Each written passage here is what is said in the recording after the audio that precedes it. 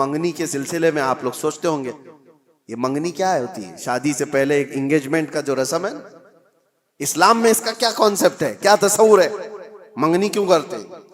اسلام میں ایک مسئلہ ہے، توجہ، کوئی مال میں خریدنے کے لیے گیا، مثال کے طور پر ایک قالین مجھے خریدنی تھی، میں نے صاحب مال سے یعنی دکان والے سے اس کی قیمت لگائی، اس نے کہا یہ 1000 روپے کی، ابھی ہماری بات چیت چل رہی ہے، دوسرے صاحب آئے اور انہوں نے اس کی بولی لگا دی، حضور فرماتے ہیں یہ جائز نہیں جب تک کہ تمہارا پہلا بھائی بات مکمل نہ کر لے۔ اپنے بھائی کی بے پر بے جائز نہیں۔ سمجھ میں آ رہی ہے آپ کو بات؟ مسئلہ ہے یہ شریعت کا۔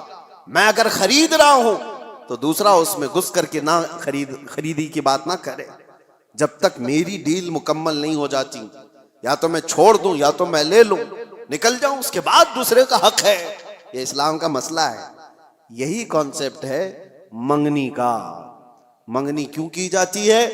کسی لڑکی کو آپ نے دیکھا، پیغام نکاح بھیج دیا اور لڑکی نے قبول کر لیا، شادی ابھی نہیں ہوئی، اور یہ اعلان کیا جا رہا ہے، اللہ کے نبی صلی اللہ علیہ وسلم نے فرمایا تمہارے بھائی نے کسی لڑکی کو نکاح کا پیغام بھیج دیا ہے تو اپنے بھائی کے پیغام پر پھر کوئی دوسرا آدمی پیغام بھیج نہیں سکتا، حرام ہے اس کے لیے۔ اب وہ اس کو پوچھ نہیں سکتا، کیونکہ جب تک ان کی ڈیل مکمل نہ ہو جائے، یا تو ٹوٹ جائے، ختم ہو گئی کہ نہیں کرنا ہے شادی، تو اس کے بعد نئے سرے سے اگر کوئی چاہے تو پھر اس کے پاس پیغام نکاح بھیج سکتا ہے، ورنہ جب تک کوئی مسلمان کسی عورت کے نکاح کے پیغام بھیجا ہوا ہے اس وقت تک دوسرا کوئی اس کو پیغام نکاح نہیں بھیج سکتا۔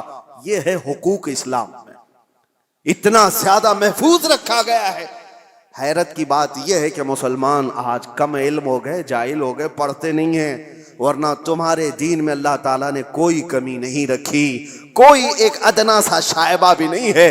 یہ وہ دین ہے جس کی شروعات ہوتی ہے الف لام میم ذالک الکتاب لا ریب فیہ، یہ وہ عظمت والی کتاب ہے جس میں شک کی گنجائش ہی نہیں۔ آؤ میرے عزیزو، مصطفیٰ کریم صلی اللہ تعالیٰ علیہ وسلم کے قدموں میں اس دین سے بہتر دستور تمہیں کائنات میں کہیں نہیں ملے گا، اس سے بہتر زندگی تمہیں کہیں نہیں ملے گی۔ جانوروں والی زندگی یہاں نہیں ہے جو انسان کو آج فیشن کے نام پر اٹھا کر کے بازار کی زینت بنایا گیا ہے، بلکہ یہاں میں سچ بتاؤں لوگوں نے میٹل تو بنا کر ترقی کی ہوگی، ایروپلین تک بنایا ہوگا، کمپیوٹر بنایا ہوگا، موبائل بنایا ہوگا، لیکن مدینے کے تاجدار نے انسان بنائے۔